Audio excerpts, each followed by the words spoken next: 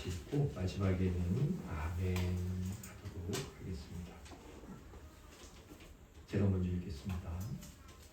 예수께서 이르시되 내 마음을 다하고 목숨을 다하고 뜻을 다하여 주 너희 하나님을 사랑하라 하셨으니 이것이 곧 첫째는 계명이요 둘째도 그와 같으니 내 이웃을 내 자신같이 사랑하라 하셨으니 이 두 계명이 온 율법과 선지자의 강령이니라.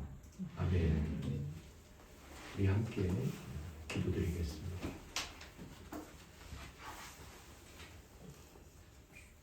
거룩하신 삼위일체의 하나님, 육신의 입, 저희들의 혀와 입술로 성경의 글들을 읽었지만 저희들의 영혼이 거룩하신 하나님, 특별히 성령께서 저희들 영혼 가운데 들려주시는 거룩한 말씀이자 거룩한 양식으로 이 말씀을 들었습니다. 오늘 저희들 영혼의 변화와 하나님을 대하는 방식의 변화와 그로 말미암아 생겨날 수밖에 없는 이 땅의 삶의 변화가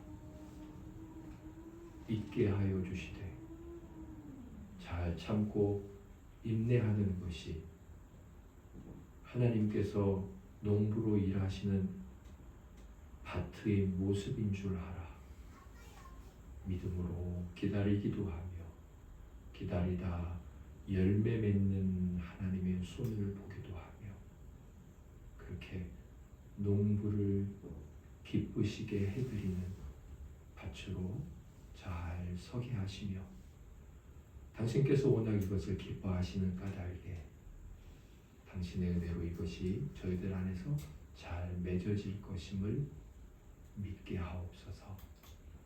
그리스도를 아는 지식이 초보의 자리에 있는 저희를 불쌍히 여기시어 이런저런 의도와 계획을 가지고 완전한 대로까지 나아가게 하시는 당신의 섭리를 찬양하오니 주여 어리고 미련한 저희를 가르치시고 도의 그 복의 풍성한 가운데 하나님만이 줄 수 있는 위로를 누리며 이 땅에서부터 살아가게 하옵소서. 우리를 구원하신 예수님 이름으로 기도드립니다. 아멘.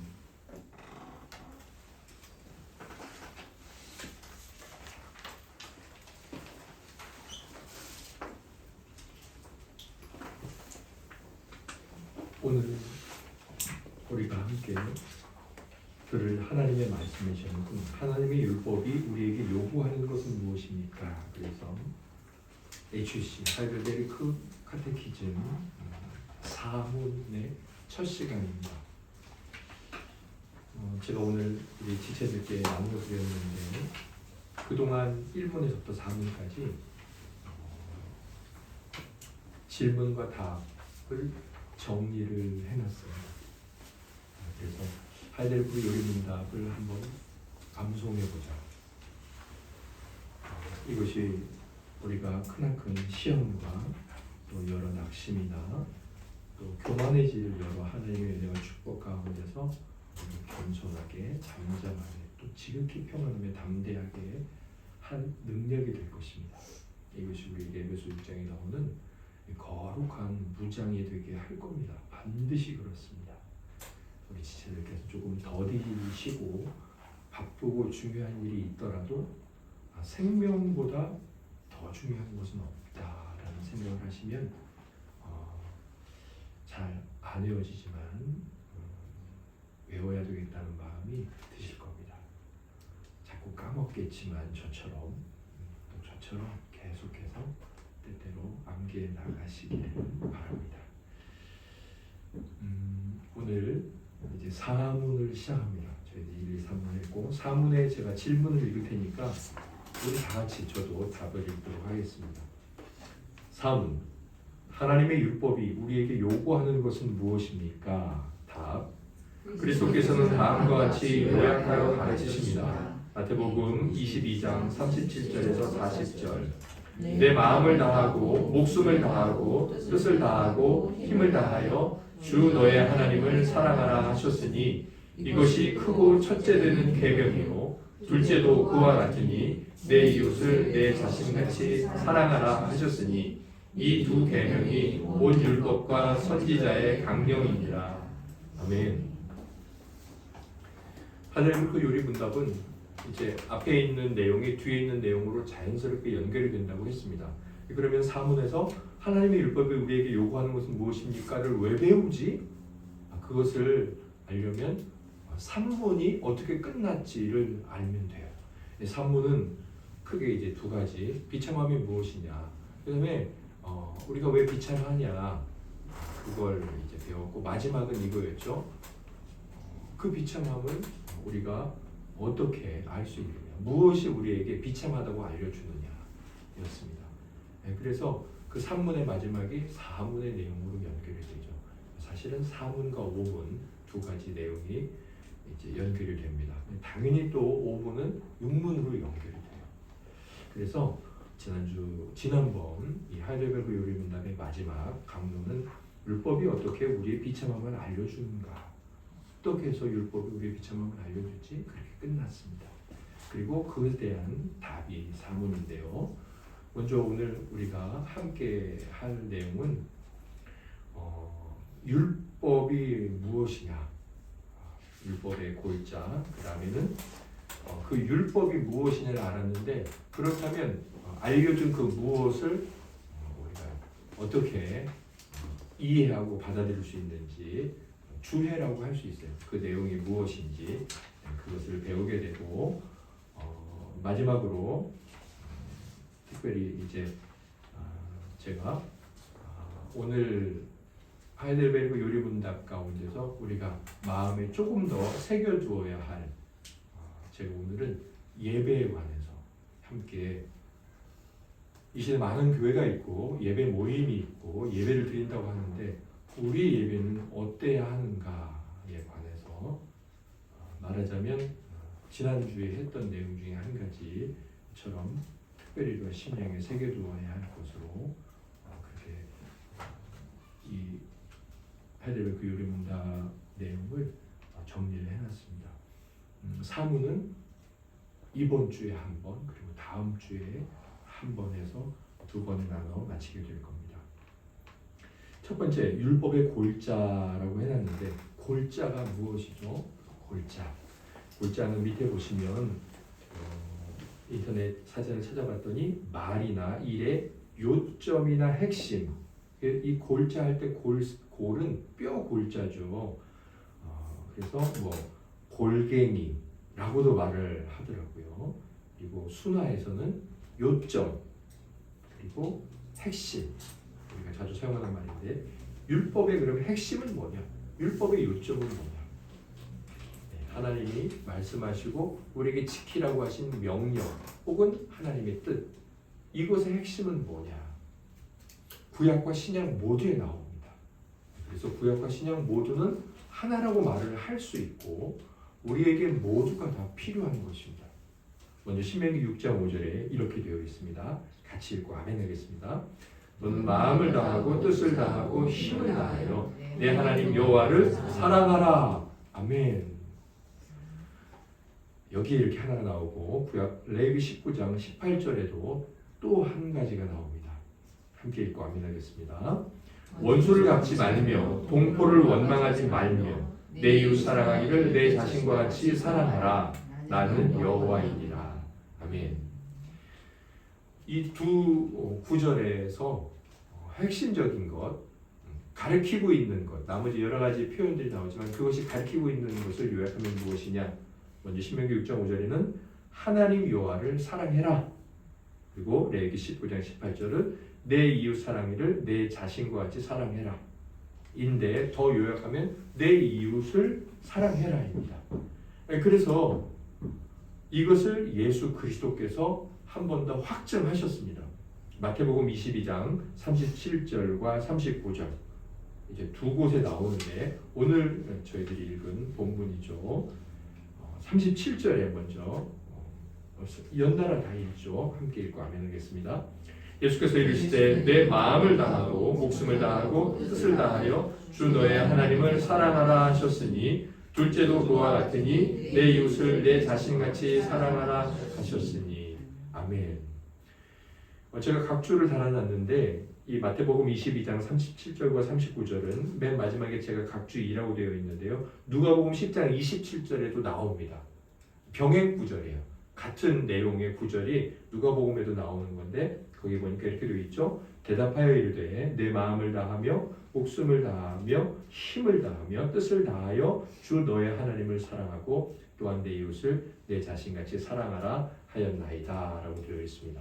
누가와 마태가 관점은 조금 다르고 다른 사람이기 때문에 그들의 성장 배경이나 그들의 성품이나 또 그들의 기억이 다르지만 동일한 성령께서는 동일한 것을 말씀하셔서 그들로 하여금 아주 중요한 주제만큼은 같게 성경을 기록하게 하셨습니다.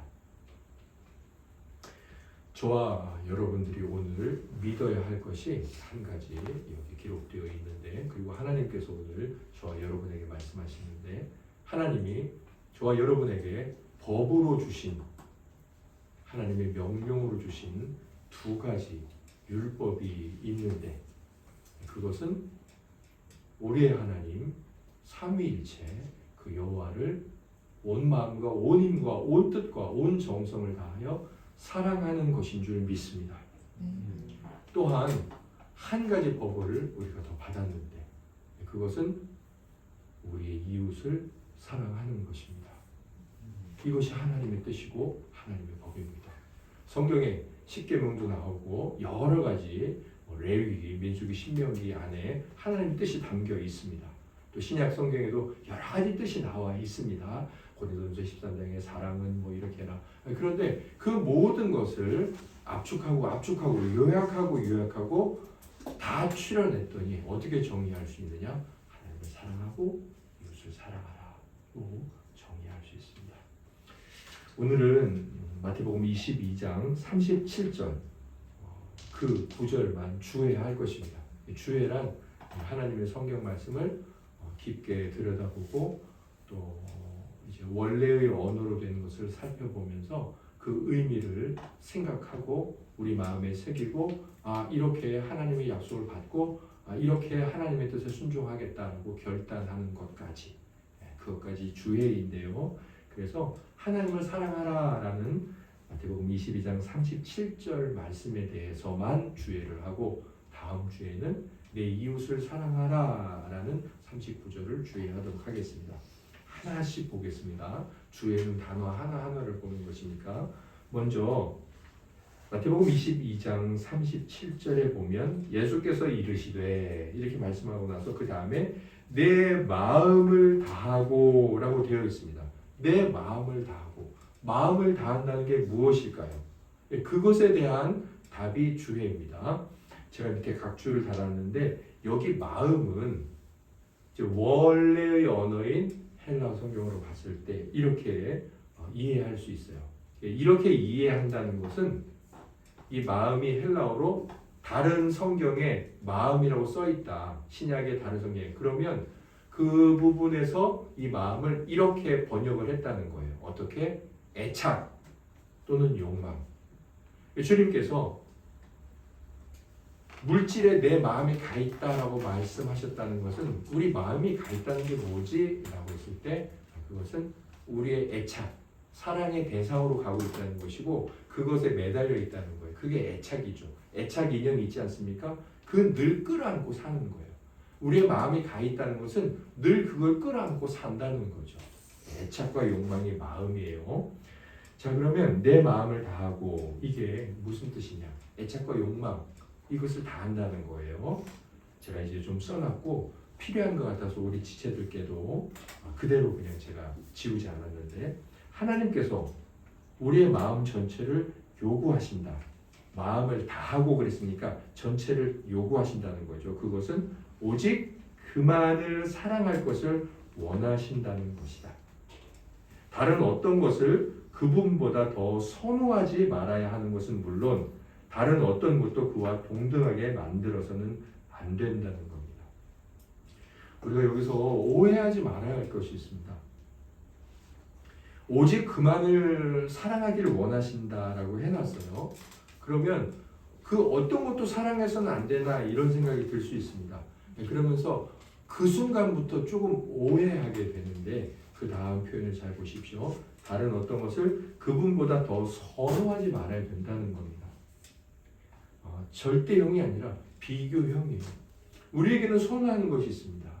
우리는 부부 간에 사랑해야 합니다. 부모와 자녀 간에 사랑해야 하고 또 우리에게 주신 하나님 주신 어떤 삶을 사랑해야 합니다. 좋아해야 해요. 선호해야 합니다. 그러나 하나님보다 더 사랑해서는 안 된다는 겁니다.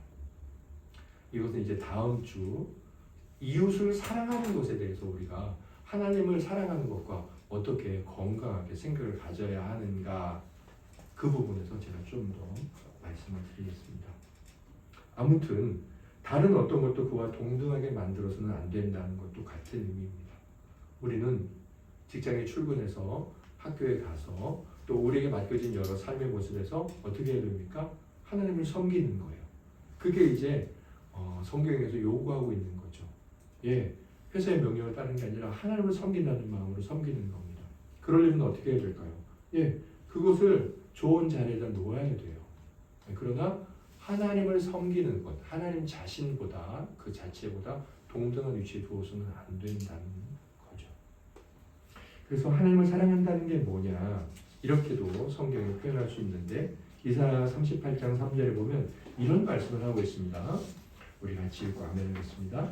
이르되 여호와여 구하오니 내가 주 앞에서 진실과 전심으로 행하며 주의 목전에서 선하게 행하는 것을 기억하옵소서 하고 히스기야가 심히 통곡합니다. 아멘. 히스기야가 병에 걸려서 하나님께서 이렇게 너는 죽는다 집을 정리해라 라고 했을 때 기도드림의 한 말인데 여기 전심으로 행하였다 라고 말하죠. 전심 마음 전체 한자로 보면 그렇게 되어 있는데 하나님을 사랑한다는 건 뭐냐? 마음을 다한다는 건데 그것은 이렇게 하는 거예요. 전심으로 하나님 앞에서 행한다는 것. 네. 그리고 그 내용, 구체적인 세부 내용은 오직 그만을 사랑하는 것, 다른 어떤 것보다 그분을 더 선호하지 않는 것, 다른 어떤 것도 그와 동등하게 만들지 않는 것. 네, 그것이 하나님 앞에서 전심으로 행하는 것입니다. 마음을 다하는 것입니다. 그 다음에는 뭐가 나왔죠? 목숨을 다하고라고 되어 있네요. 마태복음 20장 37절에 목숨을 다하고. 자, 여기 목숨은 뭘까요? 밑에 각주를 달아놨죠. 목숨이란 영어로는 이제 soul이라고 했더라고요. 우리의 존재 중에서 의지를 담당하는 부분입니다. 의지. 그래서 목숨을 다한다는 것은 이거예요. 의지와 목적을 다 들여서 사랑해라. 내 목숨을 다해서 하나님을 사랑해라. 이것은 의지와 목적을 다 들여서 사랑하라는 겁니다. 제가 잠언 말씀도 우리 지체들께서 하루에 한 장씩 읽어가자 그렇게 말씀을 드리고 성경 유튜브에 올려놨는데 우리 교회의 제일 막내이자 키는 아마 1등이 될 것 같은 우리 이름진규 성도님이 그것까지 자기에게 제일 은혜가 되었던 것을 한 절 또는 두 절 이렇게 달아 놨어요.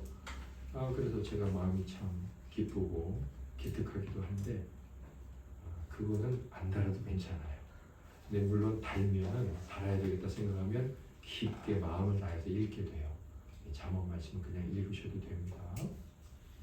우리가 매일 성경을 읽어야 되겠다, 묵상을 해야 되겠다, 또 내가 오늘 대표 기도를 해야지 이런 하나님의 어떤 부르심이 있을 때 그것은 은혜로 주어지는 거지만 우리의 반응은 의지가 반드시 필요합니다. 성경에 보면 하나님께서 세상을 이처럼 사랑하사라고 되어 있어요. 우리는 이런 믿음을 가져야 됩니다. 하나님은 세상 모든 사람을 다 사랑하십니다. 그러나 구원은 어떤 사람만 얻습니까? 믿는 사람만 얻습니다. 이건 뭐예요? 어떤 사람만 구원 얻는다는 거예요. 그래서 이 구원과 관련해 구원의 능력은, 그러니까 구원의 충족성은 세상의 모든 사람을 구원할 만한 능력이 있어요. 하나님의 잔은 차고 넘칩니다. 오병이어는 12광주리가 남았습니다. 그게 구원의 충족성이에요. 그러나 구원의 유효성, 구원이 효과가 있는 것은 믿고 의지를 발휘해서 하나님 앞에 나오는 자만입니다. 그래서 구원은, 성경은 세상 모든 사람에게 복음이 전파되나 예수 그리스도를 믿고 의지하는 자만이 구원을 받는다라고 구원의 충족성을 설명하고 있고 구원의 유효성도 설명하고 있어요. 우리가 하나님의 말씀을 모두가 다 듣고 있습니다. 하나님의 말씀은 누구도 차별하지 않고 다 떨어지고 있습니다. 그럼에도 불구하고 의지를 가진 자만이 하나님의 구원을 얻을 수 있습니다. 하나님을 사랑하는 것은 의지를 가진 자만이 하나님 앞에 사랑할 수 있습니다. 그래서 하나님은 우리에게 내 의지를 다해서 또 네 목적을 다해서 사랑하라 라고 말씀합니다. 내가 올해 새해는 이렇게 살아야지. 우리 민주성도님이 얼마나 결단을 잘하십니까? 화이팅 하겠습니다 이렇게 해놓으셨잖아요. 그리고 잘 준비해 오셨는데 제가 까먹었어요. 출력을 못했어요. 예, 의지를 다하고 있는 것, 그때 우리는 뭐라고 인정하면 됩니까? 내가 하나님을 지금 사랑하고 있구나. 왜 의지를 다하고 있습니까? 세 번째, 하나님이 또 어떻게 사랑하라고 하셨나요? 우리에게 뜻을 다하여라고 말했습니다. 이 뜻은 뭘까요? 밑에 있는 각주를 보시면 6번 각주 마인드입니다. 마인드는 뭐냐면 정신이에요. 정신하면 너무나 개념이 이렇게 포괄적이죠. 그래서 조금 더 지성이에요. 또 깨달음 또는 지각입니다. 아주 쉽게 말하면 지식입니다. 아는 것.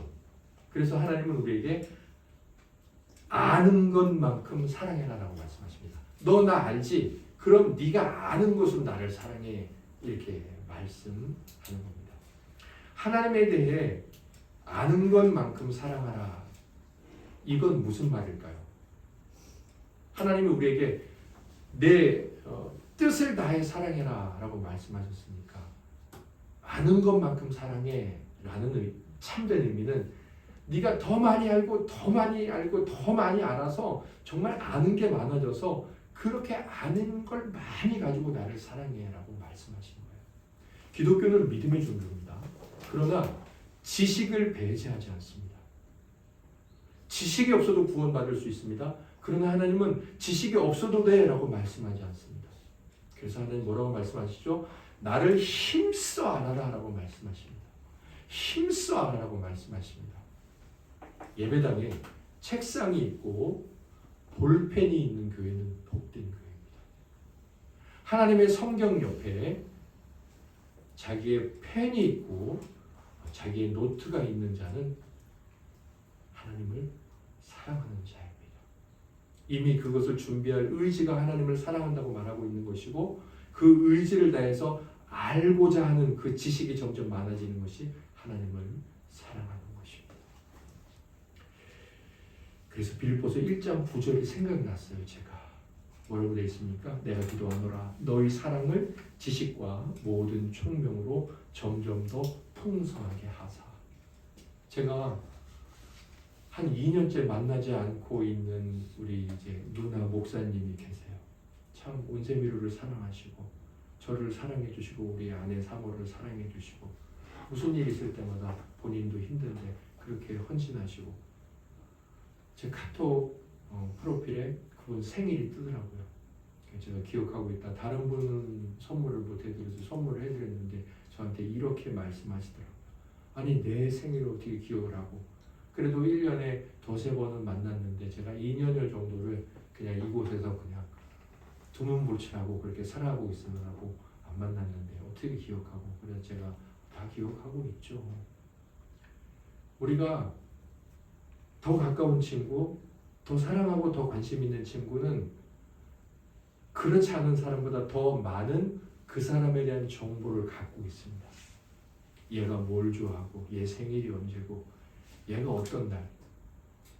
그래서 그게 가장 많은 사람이 결혼기념일, 생일, 뭐 좋아하는지를 알고 있는 내 가족들, 내 아내, 내 남편이에요. 사랑은 지식을 절대로 배제하지 않습니다. 그래서 여기 뭐라고 말합니까?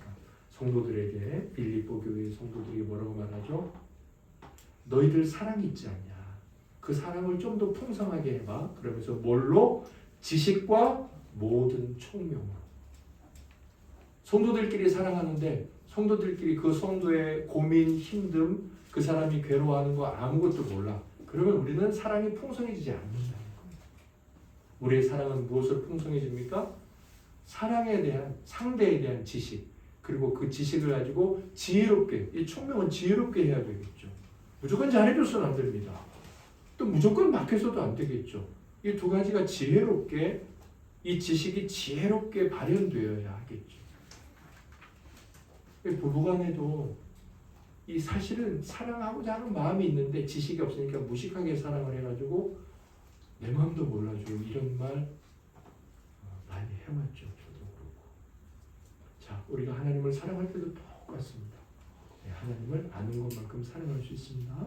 그래서 하나님이 어떻게 또 우리에게 사랑하라고 하시냐면 힘을 다하여 사랑하라고 말씀하십니다. 마태복음에 보면 힘을 다하여는 없네요. 그런데 어디에 있죠? 누가복음 10장 27절, 아까 각주 2번 몸에 있습니다. 힘을 다하며라고 되어 있죠. 자, 힘을 다한다는 것은 무엇일까요? 각주는 따로 없어요. 어느 정도 우리가 힘이 무엇인지 알고 있으니까 겉과 속에, 여기서 중요한 건 제가 어디에다 가로를 칠까 했는데 겉과 속에도 치고 싶었지만 겉과 속에 행위들과 활동들 모두 다로 사랑하라. 우리는 겉으로 보이는 뭐 팔을 들렸다 올렸다, 눈을 떴다 감았다, 겉으로 보이는 활동과 행동만 있습니까? 절대로 아닙니다. 가장 바쁜 건 사실 마음이에요. 더 바쁜 건 뭐예요? 생각이에요. 생각으로는 집을 지었다 부셨다, 그 사람한테 말했다 말았다, 그 사람 쳤다 말았다, 얼마나 생각으로 많이 활동하고 행동합니까? 하나님께서 보이는 것, 보이지 않는 것 모든 활동들로, 행위들로 사랑하라라고 말씀합니다. 자, 그렇다면 도대체 이것을 어떻게 하라는 걸까? 우리가 좀 쉽게 이해하도록 이렇게 정리를 할 수 있습니다. 주 너의 하나님을 사랑하라. 이 뭐냐? 첫째, 쭉 정리를 해봤어요. 그분의 무한히 선하심을 정당하게 인정하라는 것입니다. 그분의 무한히 선하심. 그러니까 너무 착해, 선하다, 뭐 달리 표현할 방법이 없는데 그냥 우리말로 그래 착하다고 해볼게요. 좋다. 그런데 한이 없어. 너무 끝까지 좋아. 그러면 하나님이 우리에게 지금 하고 있는 일들은 다 좋은 목적일까요? 좋은 목적이 아닐까요? 좋은 목적이에요. 좋은 모습은 아닐지 모르나 좋은 목적이에요. 저 여러분들이 좋은 모습만 살아가고 있나요? 얼마나 배고프고 얼마나 힘들고 얼마나 무시당합니까? 그러나 그 모든 좋아 보이지 않는 일들 가운데 좋은 목적만 담겨 있다는 거예요. 그걸 계속해서 하나님이 이를 인정해 드리는 겁니다. 하나님의 선하심. 두 번째, 그분을 우리의 최고선으로 여기는 거예요. 그분이 우리에게 가장 좋다. 세 번째, 그래서 어떻게 될까요? 그분을 높이 우러러 보는 거죠. 원래 표준어는 우러를 해요. 우러를 보는 것. 예, 하나님 늘 우러러 보는 거죠.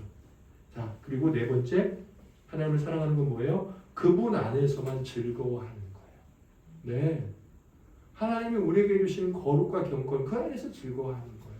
온갖 세상의 쾌락, 이미 중학생 이 청소년들부터 도박에 빠져가지고 핸드폰으로 도박하는데, 네, 거기서 쾌락과 기쁨을 느끼면 나중에 어디서 기쁨과 즐거움을 느껴요? 돈에서 즐거움을 느끼겠죠. 다섯 번째, 그분에게만 신뢰를 두는 거예요. 하나님만 믿고 의지하는 거죠. 그 다음에 하나님을 사랑하는 건 뭐예요?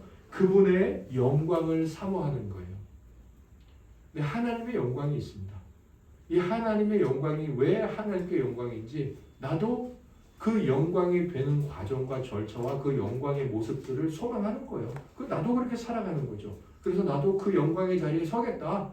그게 내 인생의 목표야. 그게 하나님의 영광을 사모하는 거예요. 하나님의 영광 반대 뭐예요? 세상 영광이에요. 그 다음은 뭐예요? 그분을 불쾌하시게 하는 생각, 성향, 욕망이 우리에게 조금도 없도록 하는 것입니다. 하나님이 불쾌하시는 것들. 자, 그 다음에 하나님을 사랑하는 건 뭐예요? 그분과의 교제로부터 분리되지 않는 것. 오늘 김남희 사모님께서 그거 하나만 두려워하고 나머지는 하나도 두려워하지 않게 해주세요 말씀했던 게 뭐예요? 죄 짓는 거. 그런데 죄가 왜 우리에게 두려워요? 하나님과 우리 사이를 멀어지게 하니까. 예, 그분과의 교제로부터 분리되는 것은 달리 말하면 뭘까요? 죄 짓는 거예요. 그 순간 우리는 교제 끊어집니다. 근데 예배당에 나와 있어도 하나님과 가장 멀어요. 그리고 죄 짓지 않으면 예배당에 없는 회사에 가 있어도 하나님과 가장 가까워요. 그 다음 하나님 사랑하는 건 뭐예요? 아무리 사소한 일일지라도 제가 이거 가로치고 일부러 넣었습니다. 그분을 거스르는 일은 결코 행하지 않는 것입니다. 그 다음엔 뭐예요? 오직 그분만이 영광을 받으시도록 모든 일을 도모하는 거예요. 이렇게 해볼까? 저렇게 해볼까? 왜 이렇게 하지? 왜 저렇게 하지? 하나님께서 영광을 받으셨으면 좋겠어. 네, 그냥 그 생각을 하면서 어떤 일, 크고 작은 일들을 하는 거죠. 자, 이것이 하나님을 사랑하는 것의 어떤 세부적인 모습일 수 있습니다. 이런 여러 가지 원리와 원칙 안에서 내 삶을 결정하고 선택하는 건 각자에게 그대로 적용하면 학생으로서, 직장인으로서, 부모로서, 자녀로서 적용할 수 있겠죠. 뭐 예를 들자면 조나단 에드워즈가 이제 갓 20몇 살 때, 20살이 안 됐을 때인가 내가 인생을 어떻게 살겠다. 그래서 쭉 자기 자신을 점검했던 그 원칙 100여 가지인가요? 50여 가지인가? 새겨놓고 써놓고 적어놓고 했던 것들 우리가 뭐 수년 전에 한 7, 8년 전에 우리 함께 나눠서 하나씩 봐가지 않았습니까? 네, 그렇게 적어보는 거죠. 네, 결정해보는 겁니다.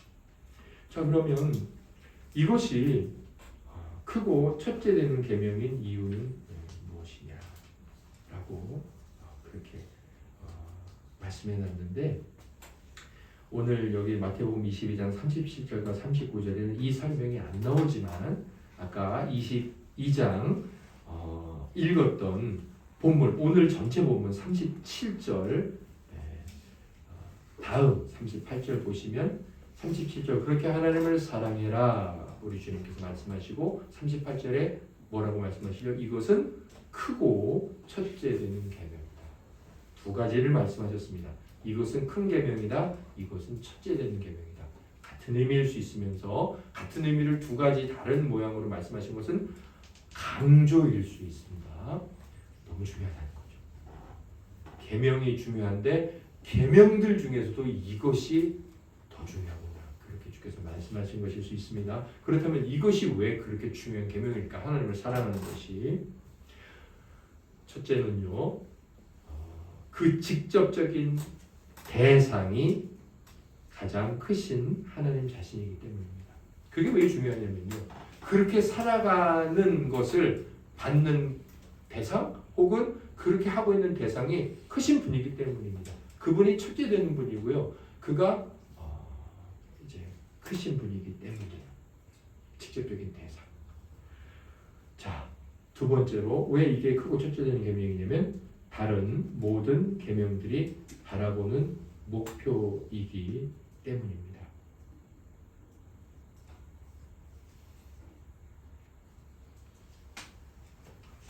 제가 그 밑에 괄호 열고 뭐 혹시 성도님들 요약지에도 써놨나요? 써놓은 거 있나요? 네, 중위에도 써놓은 것 같습니다.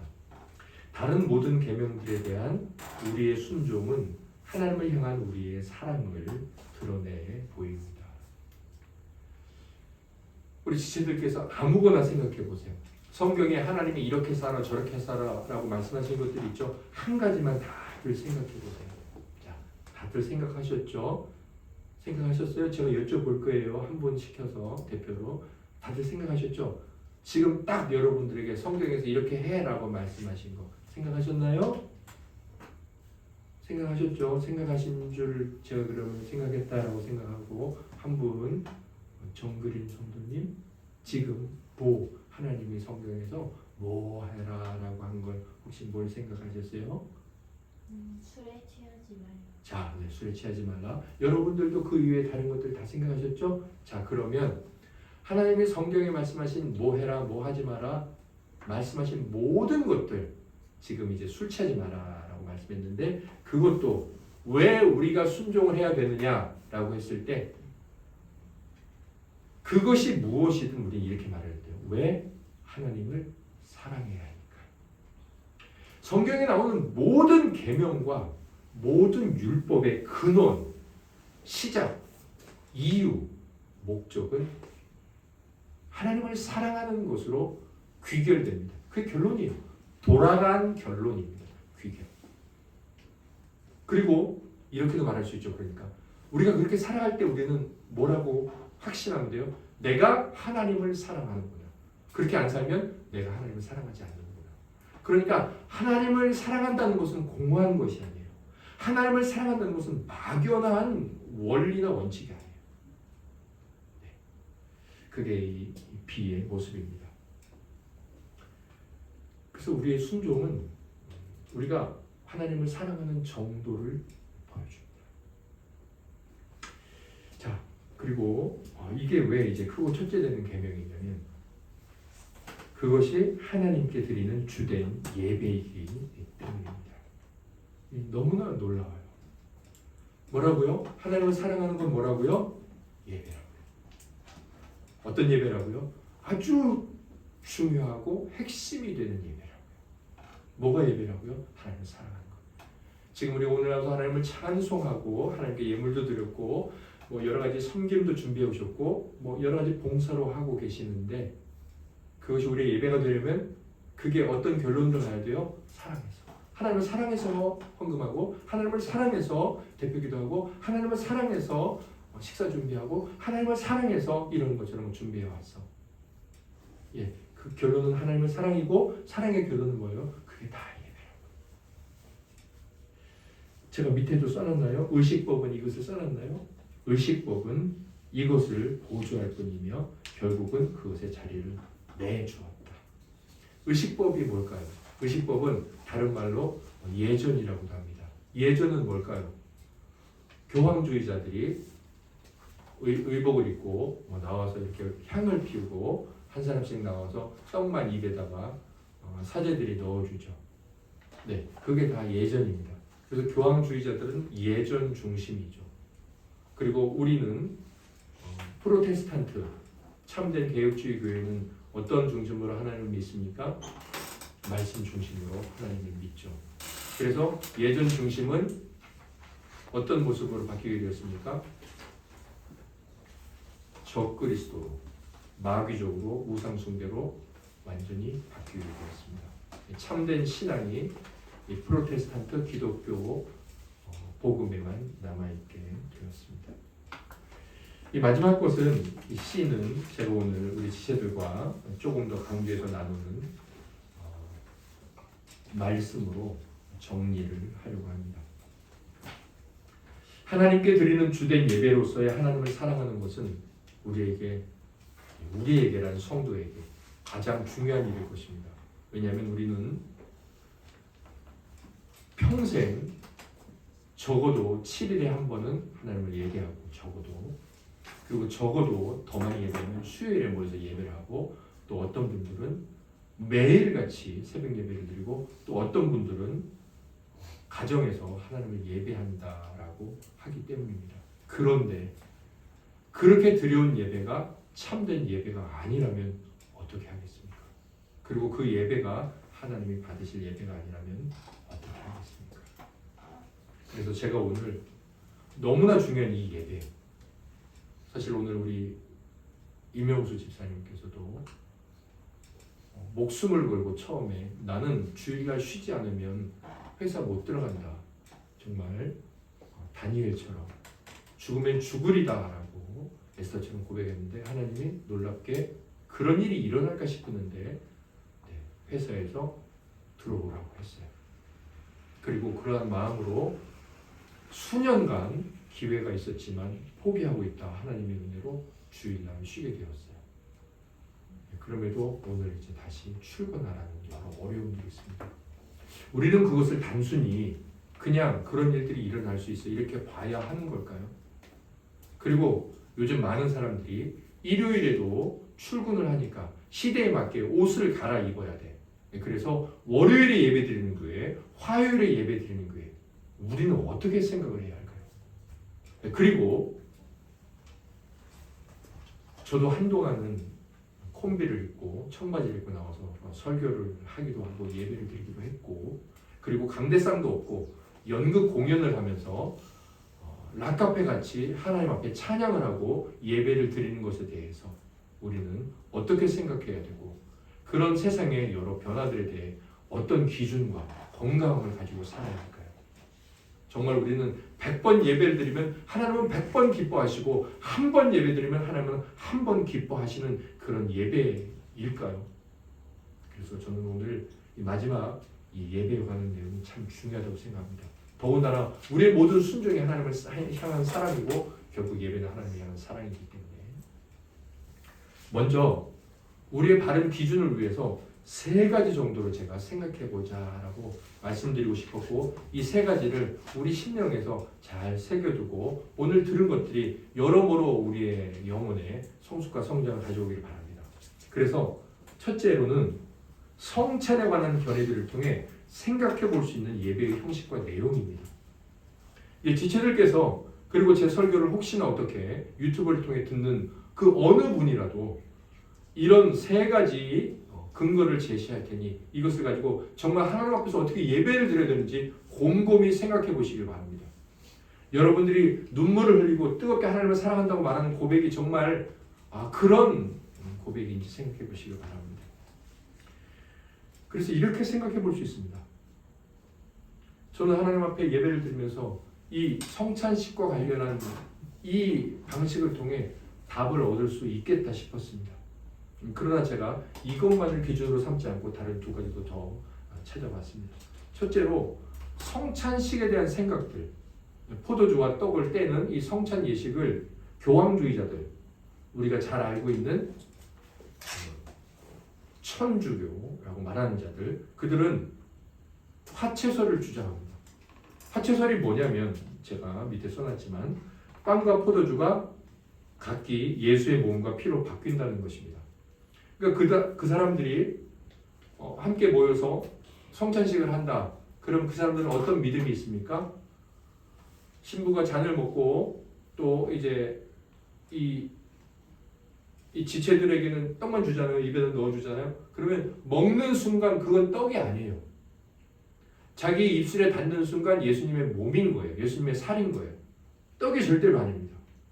그게 화채설이에요. 변화된다, 채의 몸으로. 화채의 이론을 주장하는 거죠. 자, 그런데 마틴 루터가 종교개혁을 하면서 뭐라고 했냐? 말이 안 됐다. 말이 안 되죠. 왜냐하면 떡을 만들어서 그 당시 냉장고도 없고 보관해 놓는 곳에 이제 함 같은 것이 있는데 이 떡을 보관하다 보면 뭐가 떨어져요? 바닥에? 가루가 떨어지겠죠. 그럼 가루가 떨어지면 어떻게 될까요? 옛날에 이 교회 이 성당에는 대부분 마룻바닥 아니었습니까? 마룻바닥 밑에는 뭐가 살아요? 쥐새끼가 살죠. 교회 안에 그렇게 이단들이 있을 수 있어요. 아무튼 쥐새끼가 살다가 먹을 게 없으니까 뭘 먹어요? 이것저것 먹다가 떨어진 성찬의 떡가루를 먹지 않겠습니까? 그래서 뭐라고 말했어요? 종교개혁자들이? 그래? 그 떡이 예수님의 몸으로 바뀐다고 먹는 순간 그러면 쥐새끼들도 예수님의 살을 먹는 거냐? 말이 안 된다. 그래서 공제설을 주장했습니다. 마틴 루터는. 공제설은 무엇이냐? 공통되게 존재한다. 그러니까 그 떡이 예수님의 몸으로 변화되는 게 아니라 그 떡과 피에는 그 떡의 위에, 그 떡의 아래에, 그 떡의 좌우 옆에 예수님이 함께 와 계신다. 떡이 변하는 것이 아니라 예수님이 함께 와 계시는 것이다. 라고 공제설을 말씀했습니다.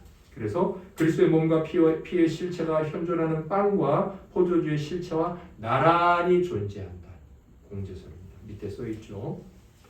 자, 그런데 이것에 대해서 같은 종교개혁자였고 종교개혁자들 중에 완전히 다른 공제설과 다른 주장을 했던 쯔빙글리가 있습니다. 쯔빙글리는 스위스의 종교개혁자였는데 마틴 루터를 존경하긴 했지만 이 두 사람의 갈등이 있어서 교회가 한번 큰 위기를 맞죠. 분열되는. 쯔빙글리는 뭘 주장했냐? 기념설 혹은 상징설. 그냥 그건 기념하는 거야. 그냥 기념하는 거지. 오늘 3.1절 맞았다고 우리가 나가서 대한독립 만세를 외치는 게 아니고 일본이 지금 있는 게 아니잖아. 그냥 기념하는 거잖아. 대한독립 만세한다 그래서 우리가 지금 갇혀 있는 게 아니잖아. 그것처럼 지금 이거는 함께 와서 공지하는 것도 아니고 먹는 순간 변화되는 것도 아니고 그냥 기념식 하는 거야. 그래서 기념설, 상징설을 했습니다. 그럼 기념설과 상징설의 문제는 뭘까요? 사람들이 그 성찬식 안에 담겨있는 기대감, 신비감을 갖지를 못해요. 그냥 늘 기념하는 거죠.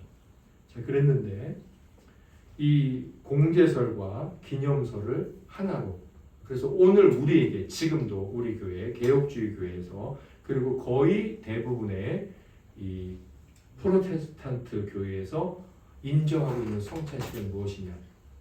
칼빈이 주장한 영적 임재설입니다. 영적 임재설에 대해서 여러 가지로 설명할 수 있는데 제가 이제 그 중에 일부분만 기독교 강호에 나오는 내용을 써놨어요. 표징에 대해서 주의를 게을리하는 나머지, 그러니까 표징이 뭐예요? 떡과 포도주죠. 지금 떡과 포도주가 이 앞에 있습니다. 그것을 게을리해요. 그러니까 대충 보고 가볍게 여기는 거죠. 그래서 표징이 나타내는 신비를 이 표징과 떡과 포도주가 완전히 분리시켜서는 안 된다. 그냥 저거 떡이지 뭐. 저거 그냥 포도주야. 그렇게 주의를 기울이지 않으면 어떻게 돼요? 그 안에 담겨있는 신비가 완전히 사라지게 되죠. 반대로 표징 자체를 지나치게 축혀 세우는 나머지 그 속에 담긴 신비를 조금이라도 흐리게 만들어도 안 된다. 그러니까 너무 신비롭게 해서 저거는 이제 내가 먹는 순간 주님의 살이 돼. 화채설을 의미하는 거죠. 그러니까 앞에 있는 것은 기념설, 뒤에 있는 것 화채설. 그렇게 해서 그 안에 담겨있는 참된 신비로움이나 의미를 퇴색되게 해서는 안 된다는 거죠.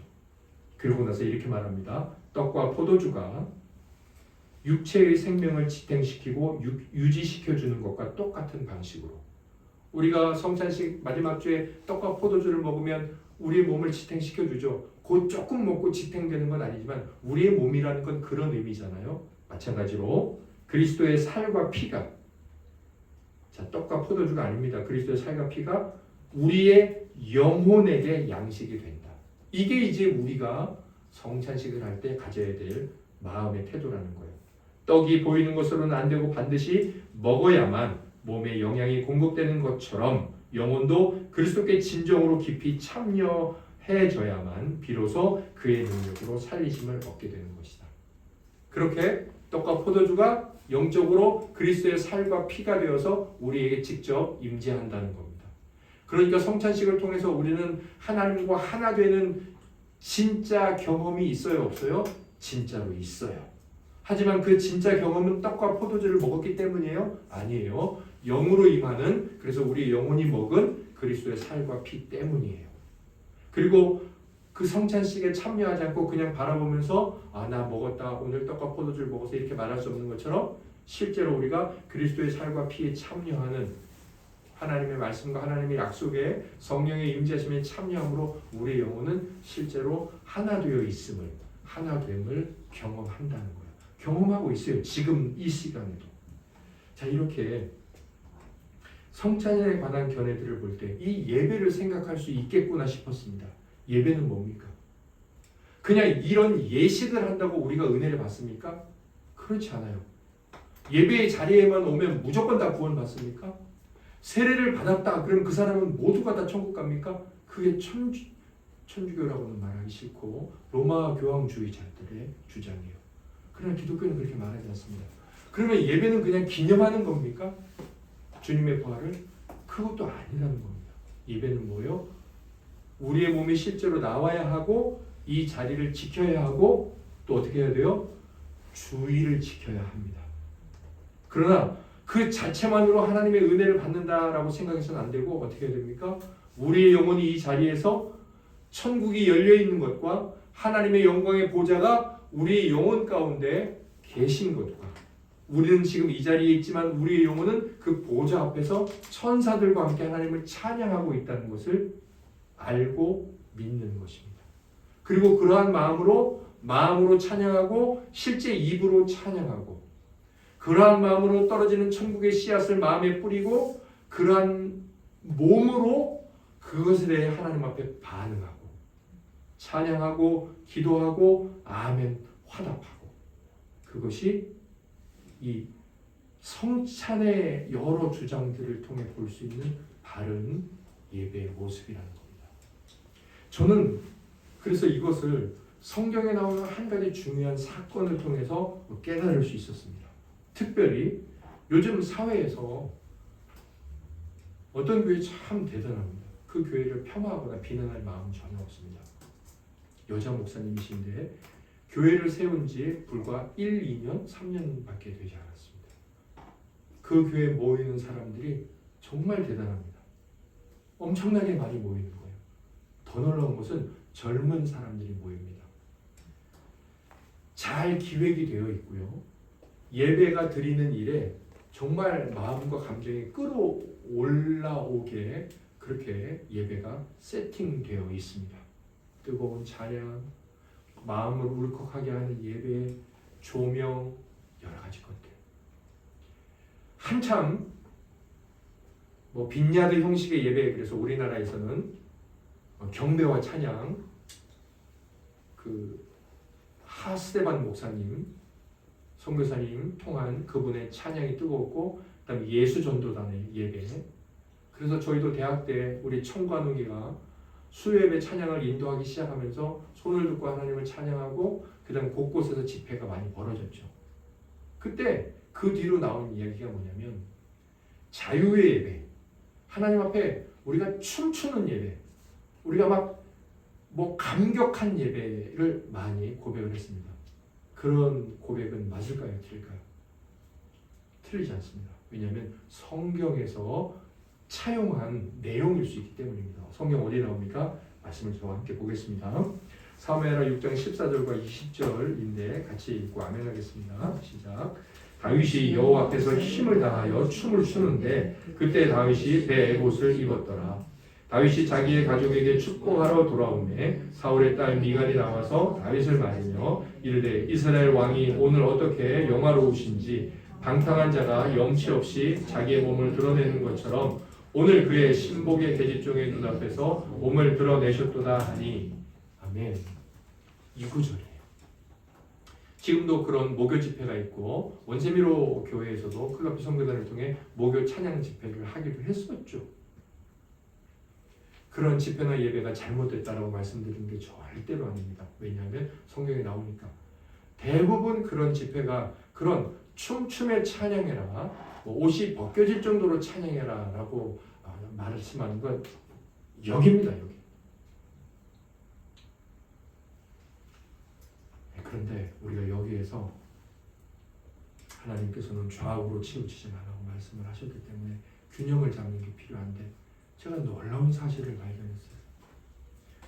성경의 사무엘하 6장에 이런 말하자면 자유로운 예배를 말씀하고 있는 이 성경 사무엘하 6장에 어떤 내용이 또 나오냐? 사무엘하 6장 6절 7절을 같이 읽겠습니다. 그들이 나곤의 타작마당에 이르러서는 소들이낌으로 우사가 손을 들어 하나님의 궤를 붙들었더니 여호와 하나님이 우사가 잘못함으로 말미암아 진노하사 그를 그곳에서 치시니 그가 거기 하나님의 궤 곁에서 죽으니라. 아멘. 가장 자유로운 예배, 임금이 옷이 벗겨질 정도로 춤을 추면서 기뻐하면서 가장 자유로운 예배, 어느 곳에도 얽매이지 않는 예배가 기록된 그 장에 뭐가 나와요? 가장 두려운 예배가 나와요. 가장 엄격한 예배. 하나님이 말씀하시고 반드시 이렇게, 법궤는 제사장이 반드시 어깨에 매야 돼. 아무도 건드리면 안 돼. 건드리면 죽어라는 하나님의 율법을 철저하게 지켜야 된다는. 그래서 지키지 않아서 사람이 죽어나가. 가장 예배에 대한 두려움이 나오는 내용이 똑같은 곳에 나온다. 우리가 이 두 가지를 다 받아들이고 이 두 가지를 다 이해해서 하나님 앞에 예배드리면 맞지만 하나를 빼버리고 예배는 완전한 자유음이야. 뭐 기뻐 뛰면 어떻게 예배를 해도 막 춤춰봐. 그것만을 강조한다면 그 예배는 실패한 것이야. 반대로 하나님 앞에 자유함을 내팽개친 채 온갖 엄격함 같은 것들, 온갖 매여 있는 것들에만 붙들려 있어서 하나님을 예배한다면 그것도 잘못된 것이라는 거예요. 사무엘하 6장은 제가 정말 예배에 대해서 우리가 가장 중요한 것을 붙들 수 있는 장이구나라고 깨달아졌습니다. 그리고 이것으로부터 예배를 시작해야 되겠다 싶었습니다. 우리 예배가. 고린도서 3장에 보면 주는 영이시니 주의 영이 계신 곳에는 자유가 있느니라. 그러나 언제든지 주께로 돌아가면 그 수건이 벗겨지리라. 제가 17절과 16절을 바꿔놨어요. 우리가 좋아하는 게 뭡니까? 주의 영이 계신 곳에는 자유가 있느니라. 예, 마치 사무엘하 6장에 옷이 벗겨진 줄 모르고 춤을 췄던 그런 모습이 있죠. 그러나 그 말씀을 하기 전에, 그 말씀 직전에 어떤 말씀을 하세요? 주께로 돌아가면. 물론 이 말씀 전체는 하나님의 율법에 대한 말씀입니다. 주께로 돌아가면이 나와요. 그리고 자유함이 있느니라 라는 이 말씀에는 영이 나와요. 성령은 거룩한 것입니다. 그러니까 이 자유함은 어떤 자유함이냐면 질서와 규범이 있는 자유함입니다. 방종과는 완전히 다른 것이죠. 그래서 두 번째, 예배란 무엇일까? 우리가 성경을 통해 아주 당연히 알 수 있는데 자유로운 예배는 엄격한 형식의 예배와 함께 했다는 것입니다. 자유와 엄격, 성령과 자유가 함께 있었다는 것입니다. 죽음과 기쁨이 함께 있었어요. 그것이 예배. 그리고 이 마지막에 이런 결론을 내릴 수 있겠죠. 세상 모든 존재하는 것에는 열매가 있고요. 그리고 껍질이 있습니다. 사과, 배, 수박 어떤 것이든지 심지어 저와 여러분의 그리고 돼지, 소 모든 것에도 껍질이 있습니다. 그리고 알맹이가 있습니다. 이 열매는 껍질 없이 존재할 수 없습니다. 그렇죠? 여러분 우리의 피부 없이 우리의 맨살로 그걸 뭐라고 표현해야 될까요? 피부가 없는 우리 어떻게 표현하죠? 껍질이 없는 사과 어떻게 표현할까요? 존재할 수 있을까요? 그런 것이 없습니다. 그러나 우리가 취하는 건 뭡니까? 껍질이 아니라 열매죠. 이것이 우리의 예배가 되어야 하지 않을까 그래서 제가 이렇게 결론을 내렸습니다. 주님의 부활을 기념하는 이 주일이 없이 우리가 부활에 대한 소망을 갖고 주님께서 다시 오실 것을 기다린다라고 고백하는, 그래서 세상이 월요일에도 화요일에도 예배를 드릴 수 있어 말하는 것이 과연 옳을까요? 그것은 무엇이 없는 걸까요? 그것은 껍질이 없는 것이라고 생각합니다. 세상이 변해가는 것에 우리를 맞추기보다 그것은 옷을 바꿔 입는 게 아니에요. 시대가 변했으니 옷을 바꿔 입어야 된다. 그 말은 맞지만 예배를 거기에다 적용할 수는 없다는 겁니다. 그래서 우리는 주의를 철저하게 지켜야 합니다. 예외가 있습니다. 어떤 사람들에게요? 그것을 법적으로 지킬 수 없는 지역에 살고 있는 자들, 북한이나 이슬람권, 하나님 그들을 배려해 주십니다. 그러나 그렇지 않은 주의를 쉬게끔 선포하는 모든 자유국가에서는 어떻게 교회는 예배를 지켜야 합니까? 주의를 지켜야 합니다. 그래서 우리는 포기할 것을 포기해야 하고 지켜야 할 것을 지켜야 합니다. 가난해질 것을 각오해야 하고 세상에서 이름이 높아지지 않을 것을 각오해야 합니다. 그러나 동시에 무엇을 지켜야 합니까? 그것이 껍질이라면 열매를 지켜야 합니다. 그래서 내가 주일에 이 자리에 왔으니 다 된 거야가 절대로 아닙니다. 내 마음을 다해야 하고 내 뜻을 다해야 하고 그날 어떻게 살아가야 하는지를 다 알아서 지켜야 합니다. 제가 알고 지낸 목사님 아들이 면접을 해야 될 시간, 그래서 일주일 전에 기도해달라고 부탁을 했는데, 그래서 이번 주 화요일 날 10시에 면접을, 최종 면접 같은 걸 봐야 되는데 그 아이가 그날 뭘 했게요? 그 화요일 날 10시에 뭐 했게요? 그 부모님이 병원에 가서 수술 동의서를 썼어요. 기흉이 와가지고 우리가 우리의 인생에 대해서 하나님 앞에 참 겸손해야 돼요. 화요일 오전 10시에 면접을 해야 되는데 화요일 오전 10시에 병원에 가서 사모님이 수술 동의서를 쓰고 지금 입원해 있어요. 제가 너무 사랑해가지고 너무 기특하기도 하고 이 형제한테 가봐야 되겠다 싶었는데 토요일은 제가 주일날 오후에 가서 오늘 이제 가려고 했어요. 그런데 병원에 병문안이 안 돼서 오늘 제가 안 가기로 했는데 제가 왜 오늘 오후에 가야 되겠다 생각했냐면 우리가 몇 번 전에 만들었던 배너에 보면 주일 오전과 오후에 활동이 나오는데 주일 오후 활동에 성도는 주일을 어떻게 거룩하게 지내느냐, 오후에 병문안, 또 착한 일, 불쌍한 사람 돕는 일, 또 주일에 들었던 말씀을 아버지 인도에 따라서 함께 다시 자식들과 식탁에 앉아서 나누는 일, 그런 일을 하면서 주일을 지낸다. 그게 이제 주일을 온전히 다 주일로 지낸 거다라고 해놨죠. 이제 그런 마음과 태도와 준비가 바로 이 주일을 지키는 알맹이가 되겠죠. 네, 이렇게 하나님을 예배하는 것이 하나님을 사랑하는 것입니다. 이렇게 마음과 뜻을 다한 자가 일상의 삶에서 하나님을 최고로 모시고 하나님을 영광되게 살고 그렇게 살아가지 않겠습니까? 하나님 앞에 오늘 이후로 우리의 예배 모습이 조금 더 달라지고 하나님을 사랑하는 열매와 결과가 되고 또 세상에 여러 믿는 자들 사이에서도 이런 주장 저런 의견이 나오지만 분명한 성경의 기준을 가지고 살아가면서 이 시대의 교회를 불쌍히 여기고 이 시대의 믿음을 하나님께서 바로 다시 세워주시길 소망하고 그 가운데 내가 먼저 하나님 앞에 서기를 간절히 소망하면서 기도드리고 또 싸워야 될 것은 힘써 싸우는 은혜가 여러분 모두에게 있기를 예수님 이름으로 소망합니다. 다 같이 일어나서 오늘 말씀